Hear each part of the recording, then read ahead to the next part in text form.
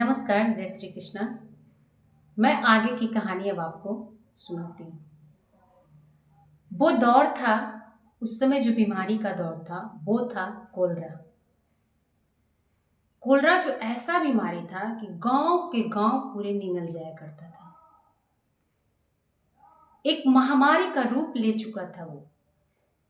और ये सिर्फ अकेला एक बीमारी नहीं था, बीमारियों का एक झुंड हुआ करता था, जो कि गांव के गांव सारे उसमें समा जाया करते थे।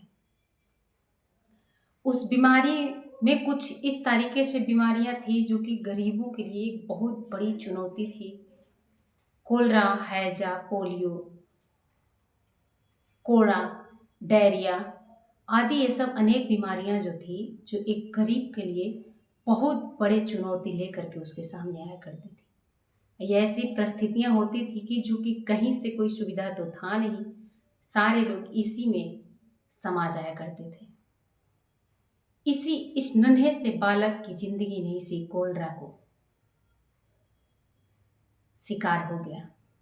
कोलरा ने उसे इस तरीके से अपना शिकार बनाया। महज 6 साल की उम्र में इस नन्हे से बालक ने अपनी माँ और दादी दोनों को खो दिए। कोलरा इस गांव में एक महामारी के जैसा फैला हुआ था और गांव में होते होते एक दिन ऐसा हुआ कि इस नन्हे से बालक के घर तक दस्तक दे गया। अब महज इनकी उम्र 6 साल थी, सॉरी 6 मंथ थी।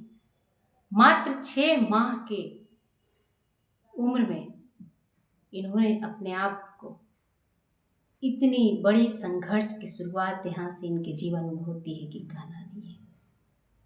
वो संघर्ष कुछ इस कदर चलते चलते बहुत बड़ा रूप तो धारण कर ही लेता है। एक ही दिन एक अचानक सी ऐसी घटना घटती है। एक ही दिन इनकी दादी, इस नन्हे से बालक की दादी और उनकी माँ दोनों एक ही दिन, दोनों एक साथ, दोनों की मृत्यु हो जाती है।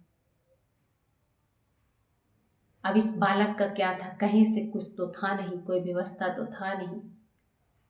मात्र 6 साल, 6 माह की उम्र में 6 महीना सिर्फ हुआ था, उसमें इन्होंने अपने आप को बस अकेला कर लिया।